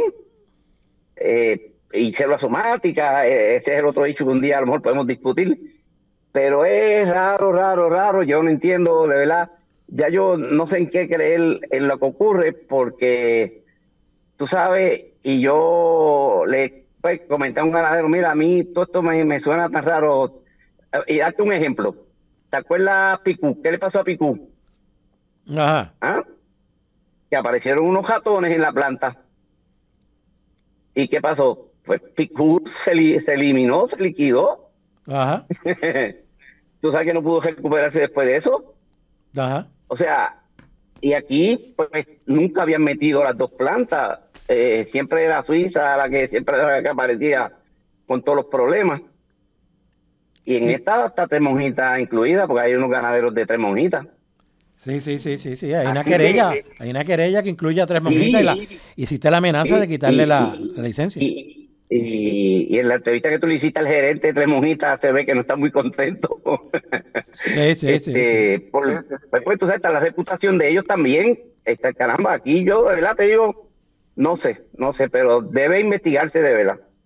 Sí. O sea, esto lo que estamos y coincidimos es que aunque se estime los cargos que le están poniendo a ganadero, esto no se puede quedar ahí. Esto no se puede quedar ahí. Es como cuando te roban un carro y la policía dice, mira, apareció el carro, no es que ahí se suspende la investigación, tienen que seguir investigando a ver quién fue quien robó el carro. Pues lo mismo aquí, tiene que llegar a lo último, porque estamos hablando del prestigio, del buen nombre de la industria lechera, y eso no se puede quedar ahí para que alguien más adelante lo utilice. Pero ustedes han tenido estos casos y se ha quedado ahí callado y escondido. ¿Cuántas veces están viendo? No, eso hay que buscar eso hay que entrevistar hasta el que estaba cambiando las mangas ese día y el que encontró el filtro y qué fue lo que encontró y dónde envió el filtro y qué fue lo que pasó. Y meterlo en una declaración jurada, porque tú sabes, para que no pueda cambiar cosas. ¿Y quién dio la orden de que no se hicieran pruebas? O sea, eso hay que llegar a ese nivel. Mira, Carlos, y hablando ahí como los locos, ¿a quién se reporta ese empleado de Indulac? Pues yo te pregunto. Ahí tú tienes otro dolor de cabeza, porque en Indulac hay tres organismos ahora mismo. Allí hay empleados del Departamento de Agricultura en la Oficina de Reglamentación de la Industria Lechera. Allí está lo que son los empleados de Indulac, que tiene su administrador, que es Paco. Y tienes Cople, que también está metido allí administrando los bienes. Tiene dos administraciones cobrando a Indulac. Entonces tiene tres cabezas. Es un monstruo de tres cabezas. Es un monstruo de tres cabezas. Pues ellos tienen que haber tenido conocimiento de eso. Digo yo, porque un empleado, ¿a quién va directo? Yo no sé. Pues ¿ves lo que te quiero decir? Y eso está por secciones. Ese departamento que tiene que ver con los recibos de la leche se reporta a un supervisor y ese supervisor es el que tiene que haber recibido todos esos filtros que dicen que vinieron contaminados de todos sitios. ¿Dónde está ese filtro? Ese filtro es evidencia, se tiene que guardar para decir, mira, oye, sobre ese asunto de los filtros, la información que yo he recibido es que alegadamente si se registró solamente en un solo camión y por alguna razón que no sabemos cuál es, hicieron a todos los camiones culpables por la presunta falta que cometió uno, que alegadamente es el que donde aparecen las larvas, los pelos y las cáscaras de huevo. Es que eso no, los poderes de un administrador de reglamentación no pueden extralimitarse. ¿ok? Fuera de lo que es el marco legal en Puerto Rico. Tú no puedes acusar a nadie si no tienes evidencia. De hecho, una de las cosas que yo he planteado desde que estuve como secretario es que hay que revisar la ley 34 y revisar los poderes que se le dan al administrador de ORIL, porque a veces tiene unos poderes más grandes que lo que tiene en la calle cualquier abogado o en cualquier caso civil o criminal. Mira, en la ORIL el administrador puede suspender licencia por supuestas, vamos a decir así, por supuestos daños o por supuestos errores o por supuesto no cumplimiento, por supuesto. O sea, pues yo creo que tú estás fallando, te voy a quitar, te voy a suspender la licencia y no te voy a recoger leche. Eso equivale a que ese ganadero por 1 o 2 semanas en lo que se ve el caso está botando leche, son miles de dólares diarios, y cuando se revisa el caso no estaba todo bien. O sea, tú no puedes tener un administrador con unos poderes omnipotentes así, porque cuando tú vas a acusar a alguien en la calle, tú tienes que llevar evidencia y tú no puedes hacer esas suspensiones. O sea, esas son las cosas que yo he visto que son superpoderes de una oficina de reglamentación, que si cae en malas manos, porque si cayera en manos correctas no había habido problema, pero cuando cae en malas manos, malos administradores que tienen otras intenciones o tienen otros planes, utilizan esos mecanismos para hacer política pública, ¿okay?, van a estar perjudicando a mucha gente. O sea, cada vez que aquí se suspenden algo por presuntas violaciones, que es como ellos le llaman, mira, te cuesta un montón de dinero y después te dicen, no, todo estaba bien. Sí. Oye, Oye, Carlos, que vamos a hablar un momentito también del problema, ¿verdad?, que representa para la industria lechera, especialmente para el sector ganadero, los criterios de calidad establecidos por la ORIL, que nadie solicitó, ¿verdad?, ni las plantas ni los ganaderos. Bueno, estos, como hemos dicho en este programa, esos criterios de calidad le están costando mucho dinero a los ganaderos porque requieren mucho gasto, ¿verdad?, de veterinaria y de otros y medicamentos, ¿verdad?, para mantener el ganado libre de células somáticas, y aquel que no se pueda mantener libre, pues hay que sacrificarlo. Aquí tenemos a Carlos Saavedra. Carlos Saavedra, ¿has hecho alguna evaluación con respecto a cómo va el desempeño de la industria lechera actualmente? Uno de los planteamientos que han surgido es que debido a estos criterios de calidad, las ganaderías se han visto obligadas a sacar mucho ganado de la línea de ordeño, y esto ha reducido la capacidad de producción de leche de las ganaderías, hasta el punto de que se perfila que en verano, que es el periodo cuando más calor hace en Puerto Rico y cuando menos producen las vacas leche, se va a tener que importar leche. ¿Qué planteamiento tienes con respecto a eso, Saavedra? Y mira, yo he estado, pues como me toca, yo siempre me mantengo con los ganaderos. Ayer mismo estuve con uno que me dijo, tengo 25 vacas fuera de la línea, porque pues por la cuestión de la célula somática, y casi todas son animales recién paridos. Carlos sabe que esto de célula somática es un componente de 3 células, o sea, y entonces son de diferentes, como yo te digo, tienen funciones diferentes. Entonces, una de ellas es una célula que se llama célula epitelial, que es la que son las que cubren la ubre por dentro. Cuando una novilla o vaca pare, esa ubre, tú sabes, está grande, está hinchada, ella de por sí muda esa célula, y entonces van a la leche. Y entonces, pues, yo entiendo que aquí, si tú le haces un análisis a la leche, que sale, por ejemplo, para bacterias, si tú lo que estás buscando es cuestión de infección, porque células somáticas lo asocian con infección, y ahí es donde, pues, no necesariamente, yo siempre, para mí, siempre he tenido mi duda, podríamos hacer mejor análisis. Entonces, pues muchos ganaderos, eso es la pura verdad, están teniendo, y muchos han hasta sacado vacas para la carne, porque pues no le baja la célula somática.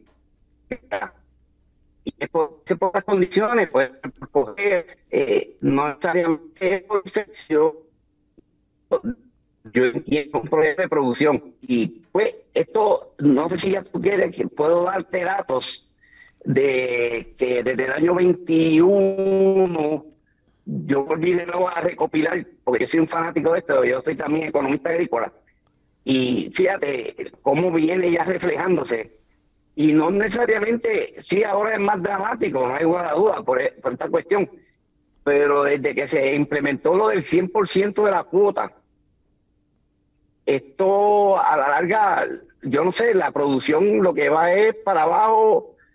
Fíjate, yo tengo unos datitos aquí que si quieres te los doy ahora mismo. Sí, en rápido. el año 21, rápido, en el año 20 fueron 235 millones la producción, en el 22 bajó a 226 y el año pasado ya se bajó a 204 millones de producción. Y este año, que yo te comenté, ya vamos por casi 4 millones menos en 4 quincenas. Eso es alrededor de un 12%. O sea que vamos a estar otra vez sobre 20 millones menos. Y el calor se aprieta como tú sabes que parece que puede apretar. Esto va a ser, por eso es que ya sé, yo entiendo que es la cuestión de que van a tener que importar leche. Porque, pues, entonces, pero no sé, o sea, Carlos, tú como secretario, ¿qué preocupación habría que haber para que, pues, cómo vamos a controlar esto? O vamos a seguir este ritmo. Es preocupante, es preocupante. Es que lo venimos diciendo, la industria lechera no se puede evaluar con un solo componente y arreglando ese componente se salva la industria. No, son muchos componentes que convergen. Mucho.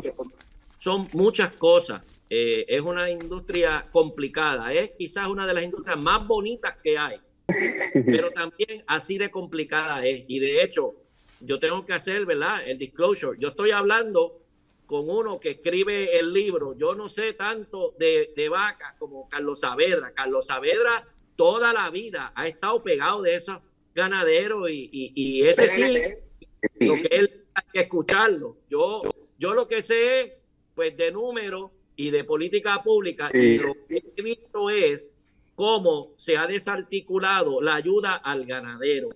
Y aquí hay ganaderos que dejaron de pensar como ganaderos y se pusieron a pensar como planteros. Y aquí se ha olvidado el apoyo a la primera fase, que es el ganadero de por sí. Tan es así que, mira, voy a dar unos números rapiditos. Para el 2012 habían en Puerto Rico todavía 330 vaquerías. Ahora para el 2024 tenemos como unas 220 por ahí bajando. Esto lo que quiere decir es que en 12 años estamos perdiendo a razón de 9 vaquerías por año. Esa es la tendencia, perdiendo de 9 a 10 vaquerías por año. De hecho, el segundo renglón de quiebras en Puerto Rico salió la industria lechera, la ganadería. Para el 2022, el sector que más quiebra, primero estaban los hospitales y después las vaquerías. Tú diste los números de producción por año. Yo me sé los de, por ejemplo, los de la cuota de liquidación para el 2020. Teníamos más o menos unos 15.1 millones, que esto era las quincenales. La cuota. Hoy día, 2024, estamos en 14.5 millones. O sea, sí se nota la tendencia que se mantiene, que está habiendo menos cuota de liquidación, como 600,000 cuartillos menos por quincena, y eso te va a llevar a esos 20 millones que tú estás hablando. La industria ha perdido también hasta su valor. Mira, para los años todavía 2020 o mucho no, quizás más atrás, la cuota de leche estaba en su mejor momento, estuvo a 30, 35 dólares. Hoy día está $3, $5. Cuando tú contabilizas eso, los ganaderos han perdido sobre 380 millones de dólares de su pecunio, de sus propiedades. Ahora no hay quien le preste, no tienen capacidad de equity, y eso es otro problema. Si a eso tú le sumas que también se han reducido las ayudas para novillas de reemplazo, que el subsidio de producción que recibían antes ya no lo reciben, y si a eso le suma que no se ha revisado el precio de la leche, y siguen sanganeando con eso todavía y no acaban de decir cuánto nos cuesta producir un cuartillo de leche con los nuevos parámetros que le han puesto, que son más estrictos, pues mira, todo eso es la fórmula ideal para arruinar una empresa. ¿Okay? Sí. Si nosotros sabemos que el ganadero tiene más problemas con mano de obra, pues mira, nosotros habíamos iniciado un programa para establecer vaquerías robóticas.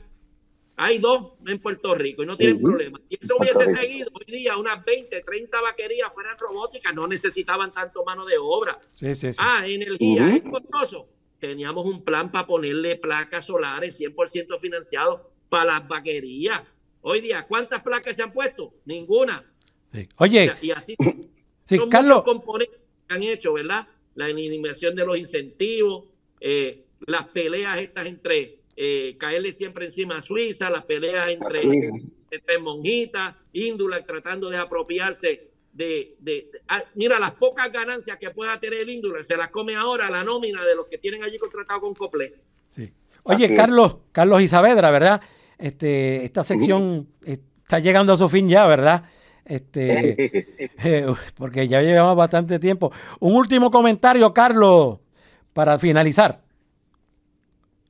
Sí, mira, Es el que conoce la industria. Sí, mira, entonces el otro dato bien interesante que comentaré, y Carlos, pues, todo este andamiaje, todo esto que se creó, Juta 2024, pues tú sabes, parámetros mejores, no han logrado tan siquiera parar, a ver que disminuyan. Ya este año o el año pasado, las ventas bajaron, ventas de leche fresca en $500,000 de cuartillo. Y yo me fui un poquito más y tiré, vamos a contabilizar la leche UHT, ¿verdad? Porque es leche fresca. Y la larga duración de Tres Monjitas, la UHT de Suiza, ahí nada más, comparándola, ahí en el año, ahí nada más fueron 1.320.000 menos, o sea que se perdieron 1.859.000. Y yo lo incluyo, porque ya ahí no me voy a productos derivados, ¿verdad? Queso, el yogur, eso pues son otros precios también. Pero estos son precios de full price al ganadero. O sea que, ¿cuál ha sido entonces el propósito? Yo todavía me gustaría que la industria alguien pudiera explicarlo y decir, no, ya tenemos estos logros. Y esto ha sido a contra de que el ganadero, el que se ha tenido que sacrificar aquí, está en los huesos ya. Muy bien. Pues muy interesante, Carlos. 1.859 millones de cuartillos, 1 millón, ¿verdad? 1.859.000 millones de cuartillos. 1.8 millones. ¿Ah? Sí, 1.8 millones, si contamos también la leche esta, ¿verdad? No la fresca sola. Sí. En menos venta. ¡Qué barbaridad! Sí, esto va muy, Miguel.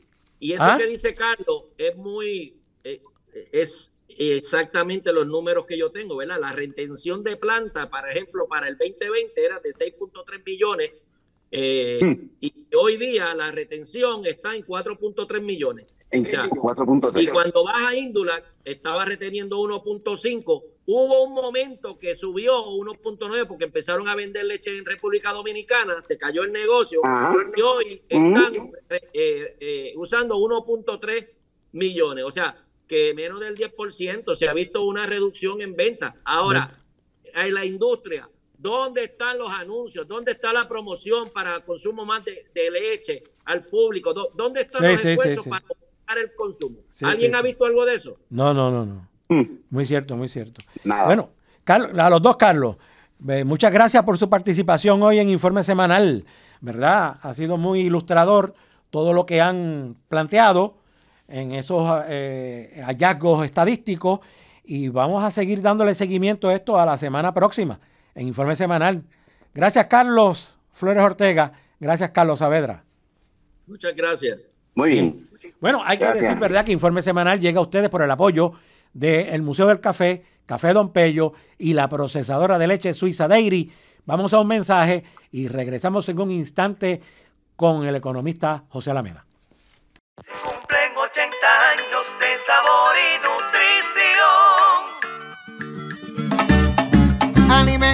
8 familias en cada generación. Son 80 el son de Suiza. Y así lo vamos a celebrar. Son 80 el 8 son de décadas Suiza. llevando nutrición y calidad. Son 80 el son de Suiza. Desde el abuelo hasta el jovencito, Suiza sigue alimentando el corazón de Puerto Rico.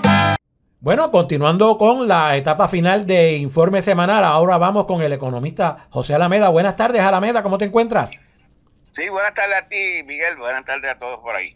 Oye, Alameda, ha habido un estudio, ¿verdad?, sobre la industria hospitalaria que lo hizo Estudios Técnicos, ¿verdad? Básicamente lo que sostiene es, lo que sabemos, ¿verdad?, que la industria hospitalaria está pasando por una crisis. El informe sostiene, ¿verdad?, que la industria ha perdido 80,000 pacientes, ¿verdad? Y que básicamente esa pérdida ha provocado que una reducción significativa en el número de pacientes que atiende, y como elemento responsable, ¿verdad?, de esa reducción, también ha habido una reducción en la rentabilidad del hospital. Es decir, que están ganando menos dinero porque tienen menos pacientes. ¿Qué te parece ese análisis, Alameda? Sí, aquí hay varias cosas por el lado de la demanda y por el lado de la oferta, como casi todo pasa en un mercado. Por el lado de la demanda, obviamente, de los servicios hospitalarios, tú tienes obviamente una reducción de la población. Es cierto que la población se ha convertido más vieja, los de 65 años o más han aumentado significativamente. Miraba yo las estadísticas los otros días que en el año 1950 la edad mediana era 21 años en Puerto Rico. Hoy es el doble, 45, 46.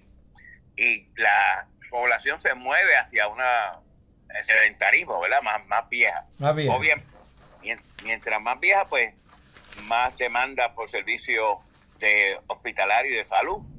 Pero no obstante, tú tienes un gran volumen de gente de entre edad de 0 a 64 años, que se ha reducido significativamente. Y la gente pierde de perspectiva de que las personas también de 1, 2, 3, 4 años también, a veces visitan hospitales, visitan servicios médicos. Sí. Eso en general hace que por el lado de la demanda, tú tengas una reducción, ¿verdad? Un constreñimiento, ¿no?, de esos servicios hospitalarios. Por el lado también de la oferta, la pelea continua con las aseguradoras, y eso es constantemente. Yo he hecho estudios para laboratorios clínicos, he hecho estudios para otros grupos de salud, y la constante típicamente es la forma en que pagan los servicios médicos, ¿verdad? Los que están asegurados, que es una gran proporción en Puerto Rico, que hay casi como un 95% de las personas aseguradas, sea por la reforma o sea planes privados, pues la gente tiene unos problemas en términos de que estas tarifas no se ajustan a la inflación. Entonces restringen bastante los servicios a los hospitales, hacen que te voten rápido. En los laboratorios clínicos, a veces después de mucho tiempo, ellos te van y te cobran. O sea, un laboratorio clínico hizo una factura y te cobran posteriormente. De cobrar es que retroactivamente tú tienes que pagarle a los planes médicos. O sea, hay una serie de políticas y de situaciones en la salud en Puerto Rico que hace que la industria de la salud tenga una situación bien atribulada. La industria entera, laboratorios, hospitales, CDT. Entonces, pues lamentablemente se combina esto con una población más vieja que posiblemente demande servicios médicos, y que la población joven, aunque se está reduciendo, también siguen aquí. Pero en general se han ido reduciendo el potencial de los laboratorios. Yo le he hecho estudios donde hay lugares donde muchos demandas de laboratorios, demandas en términos de la gente, ¿no? Sí, sí. La consumo de esas pruebas se ha reducido, y mayormente recae sobre laboratorios pequeños. ¿Ves? Así que esa situación, muy bien, pero lo bueno del estudio que hace estudios técnicos y la compañía Galíndez, que es una compañía de CPA, es que te da a entender. A mí me gustan los estudios porque a veces la gente me dice, pero eso es obvio. Dice, no, aunque es obvio, tú tienes que ponerlo en blanco y negro, con datos, con información, con base metódica y con base científica. Porque lo que tú dices por ahí, esto es así, puede ser cierto o no, pues se queda en el aire, porque no hay constancia, no se guarda el método, no se guarda la información. Y ese es precisamente lo importante de hacer estudios, que ahí está la información, que ahí está la base. Y eso es lo que yo creo que es lo más importante cuando uno está en esta industria de consultoría, ¿verdad? Sí, económica. Sí. Oye, Alameda, entonces, ¿se puede hablar de una crisis en el sistema hospitalario? Porque la realidad es que la industria tiene que ajustarse a la demanda, ¿verdad? Y esa reducción de pacientes, 80,000 pacientes en 6 años que señala el estudio, pues realmente ¿está hablando de una crisis en la industria hospitalaria o es que la industria se tiene que atemperar a la demanda? Sí, no, obviamente sí. El estudio muestra de que sí, de que nosotros estamos en una situación crítica.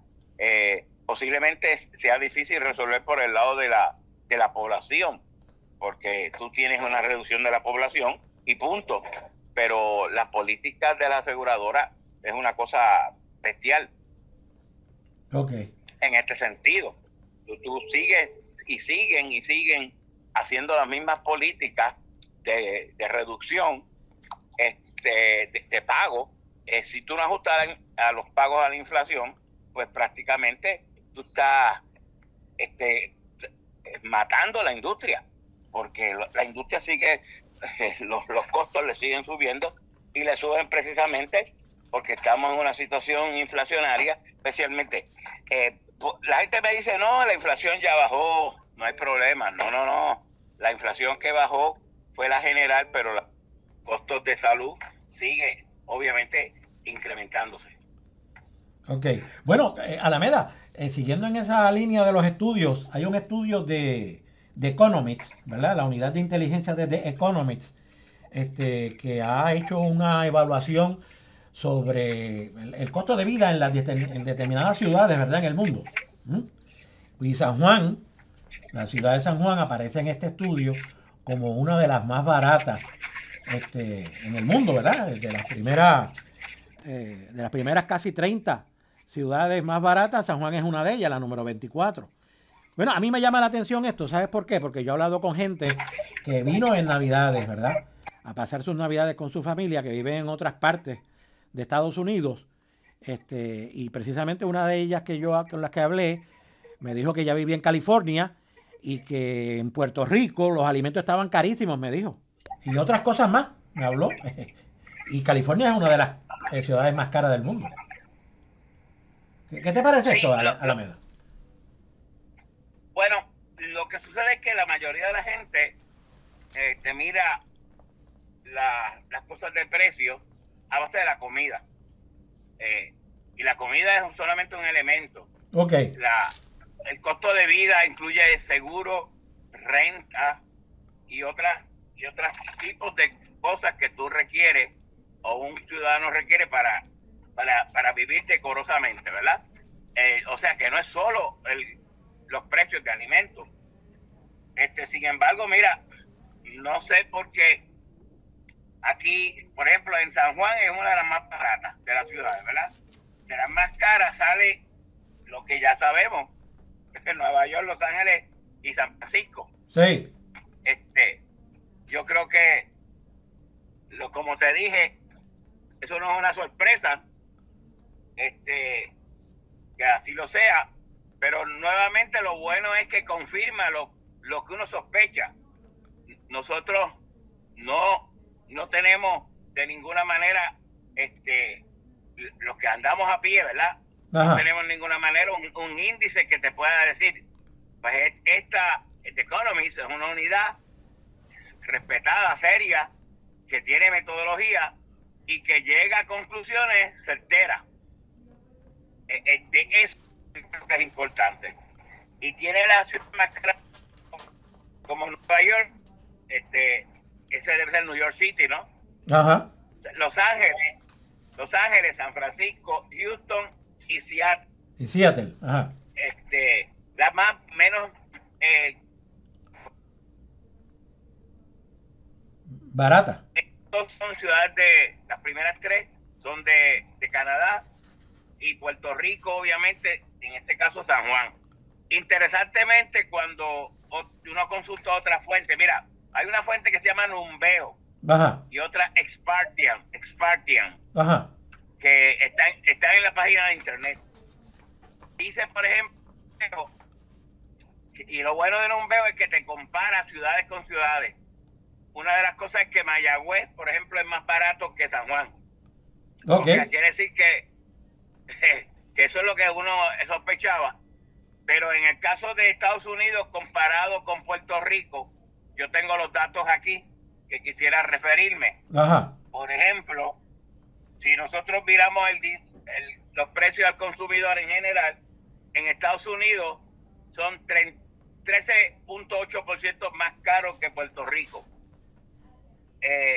La renta en Estados Unidos es 30% más cara que en Puerto Rico. Okay. Los precios de los restaurantes son 36% más caros que en Puerto Rico. Okay. Los precios de los comestibles son 15.8% más caros en Estados Unidos que en Puerto Rico. Okay. Y te da ítem aquí, por ejemplo, ¿verdad? Que comer en un restaurante en Estados Unidos, el promedio es $20, en Puerto Rico es $13. Dice, por lo menos la fuente, ¿no? Dice que una cena para 2 personas en un restaurante intermedio, mid-range le llaman, sale en $70 en Puerto Rico y 75 en Estados Unidos. Okay. Si lo miramos de esta otra manera, los otros datos, una cerveza, ¿verdad? De 0.33 litros, de 0.5 litros, es $2.50 en Puerto Rico y $6 en Estados Unidos.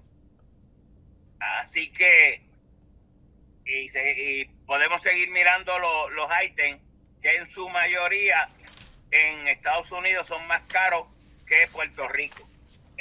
Y esto es el precio de los alimentos. Si hablamos de California, no sé cómo la amiga tuya dice que la comida es más barata. Quizás ella, los restaurantes que frecuenta en Puerto Rico a lo mejor son más caros, ¿verdad? Pero tenemos que obviamente reconocer de que Estados Unidos es más caro. Claro, el poder de compra en Estados Unidos es como un 33% más alto que tenemos aquí. Recordando una cosa, los precios siempre son el resultado.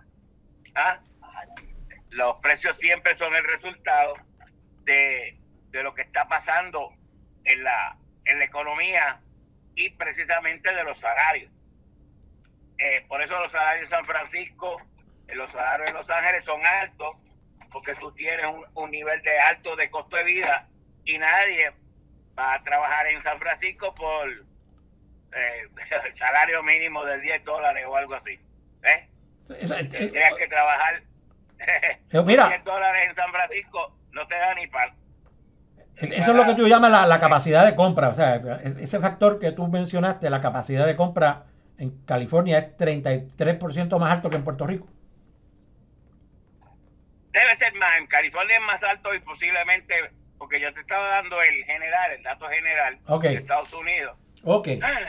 En California el salario debe ser mucho más alto, más promedio, alto, ¿verdad? Sí. Pero es porque obviamente el costo de vida, siempre que tienes costos de vida altos, vas a tener salarios altos.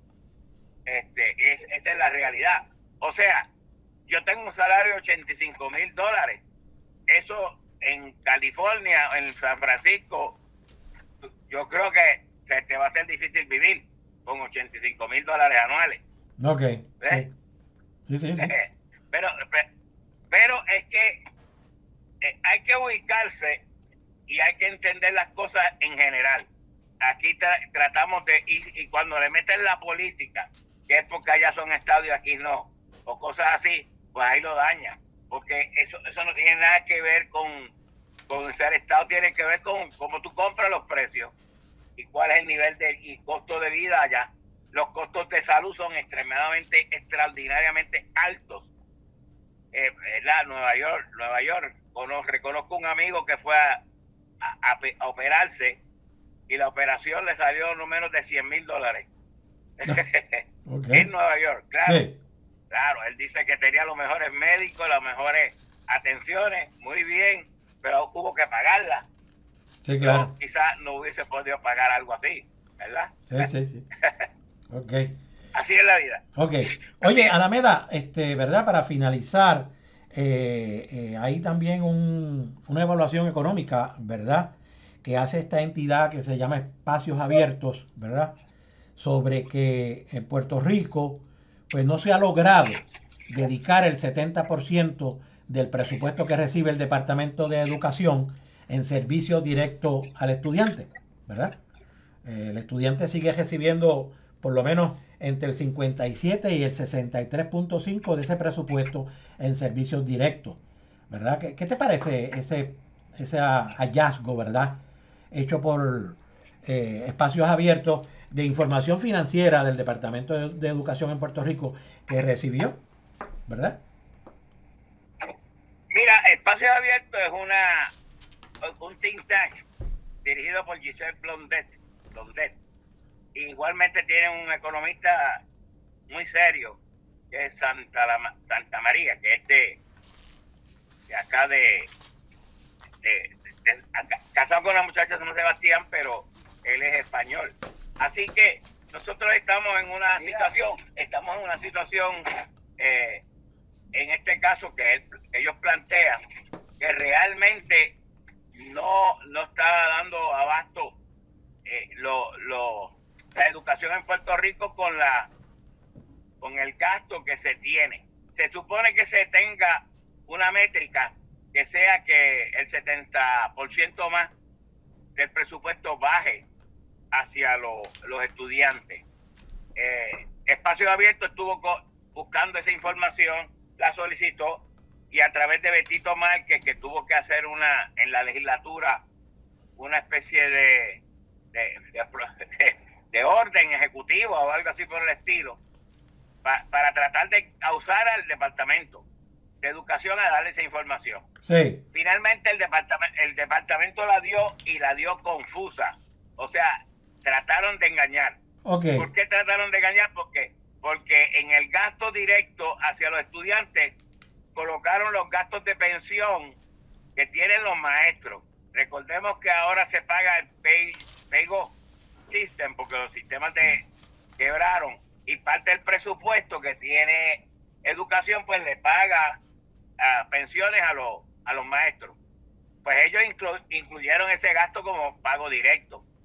Cuando se da cuenta Espacio Abierto saca la partida de pensiones, y ahí es que entonces se da el caso de que obviamente Puerto Rico no está cumpliendo con esa métrica.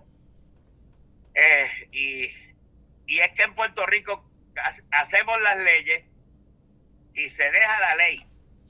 O sea, se hizo la ley, se dejó la ley y no se fiscaliza. No se le da seguimiento. Ninguno de los legisladores, no hay una institución.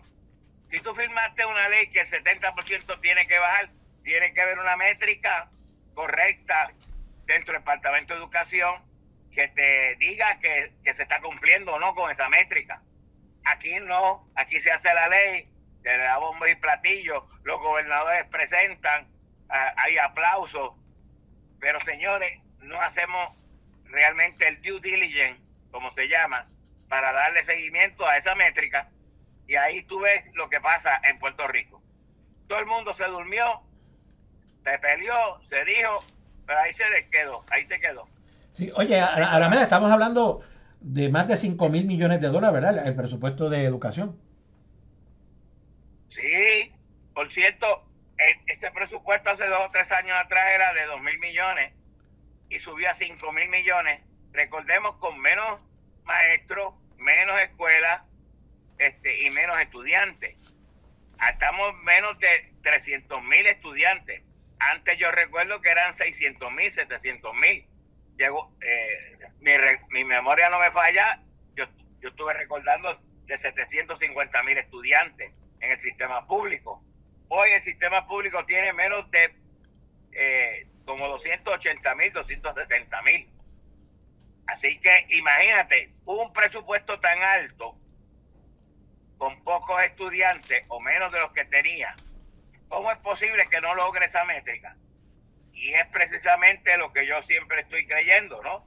Que aquí hay un alto nivel de burocracia, ¿verdad? Que es para responder a los partidos políticos y especialmente a los candidatos derrotados en primaria y cosas así, que obtienen ahí, tanto en salud como en educación, que son los presupuestos más altos, obtienen los puestos y los